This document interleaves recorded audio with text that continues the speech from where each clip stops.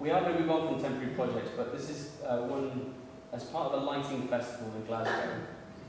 And again, artists are often asked to make objects out of light and place them in city context.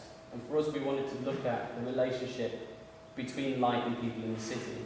So in the city centre, the downtown, we turned off the street lights on one street. And working with the city, we turned 2 of the existing street lights into theatre follow spots. So they pointed to one point and created this pool of light on the ground.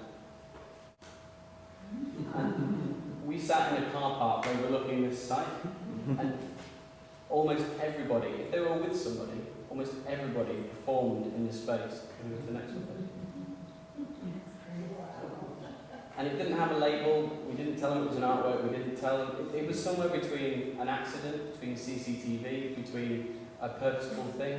It was just this very slight shift in the public setting. And it might not work in other cities, but the character of people in Glasgow was particular, and they took this to their heart. So all the time, kids were letting go of their parents and dancing, dads were doing the same. It just became this very slight stage on the street. So the other way that artists are often, this is a kind of project we often don't go for. This is in the National Waterfront Museum in Wales. And they had a brand new building, a $60 million building, I think, over here, this thing. And they had a car park over here. That was supposed to be where the people being in the Middle East, it was full of asbestos, so they couldn't demolish it. So they had this kind of strange corridor to the car park in the museum. So they decided to commission artists to decorate this space, to kind of bring attention to this space, and so people who park there knew where the museum is.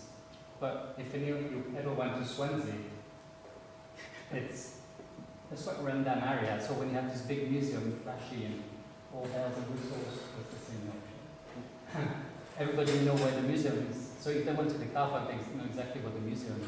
So it became really kind of pointless to commission artists there, and you couldn't fix anything on the ground, you couldn't fix anything on the sides. So it was like we almost didn't apply for it because it was almost unnecessary, and using art in this way is not really the way we think art is most efficient in a public setting. So we thought we'd have some fun, and we applied with what we thought we could do in that situation. So we proposed to them a big inflatable arrow, like the one you get on a map, which is like a "you are here" arrow, which floated above the building.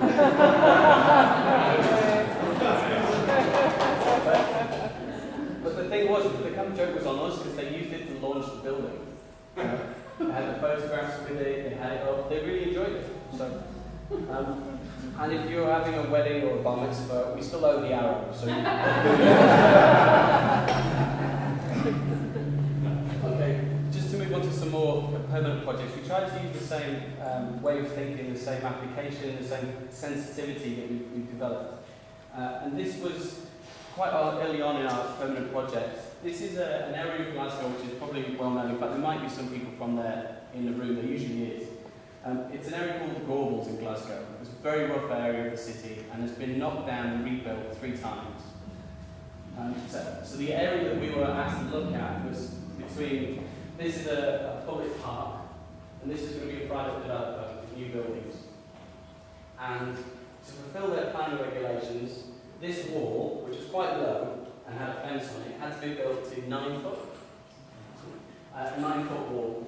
And they were going to take out this wall and replace it with a yellow brick wall. What they didn't, I guess, pay attention to was that that's one of the last remaining traces in the area. That wall's 200 years old. And every time they did those new developments in the 20s, in the 50s, and now again, they raise everything, change the street names, change the street patterns, and there's nothing of the Preston stage. And it's not a precious wall at all. And there's a few carvings on it, but it's not necessarily important. But it's been there since 17-something, and it felt very unnecessary to take it down just to have it higher. So we proposed to the developer and said, well, Well, first of all, we said we can't do that, and we kicked up a fuss at the city and said, we can't do this, it's an old wall. And they said, well, you're going to have to do it in stone. So he upped his budget, the developer, and said, okay, I'll do it in stone. And then we said, well, how about you give us the budget you now have for the wall, and we'll give you an alternative solution. So what we proposed is called a cultivated wilderness. This is a computer image, and this is very early on. It's about 5 years on now, and it's completely overgrown. And the idea was that the steel trellises crisscross back and forth over the wall, and vegetation grows through it, distorting the fence, as you might do in a Victorian park.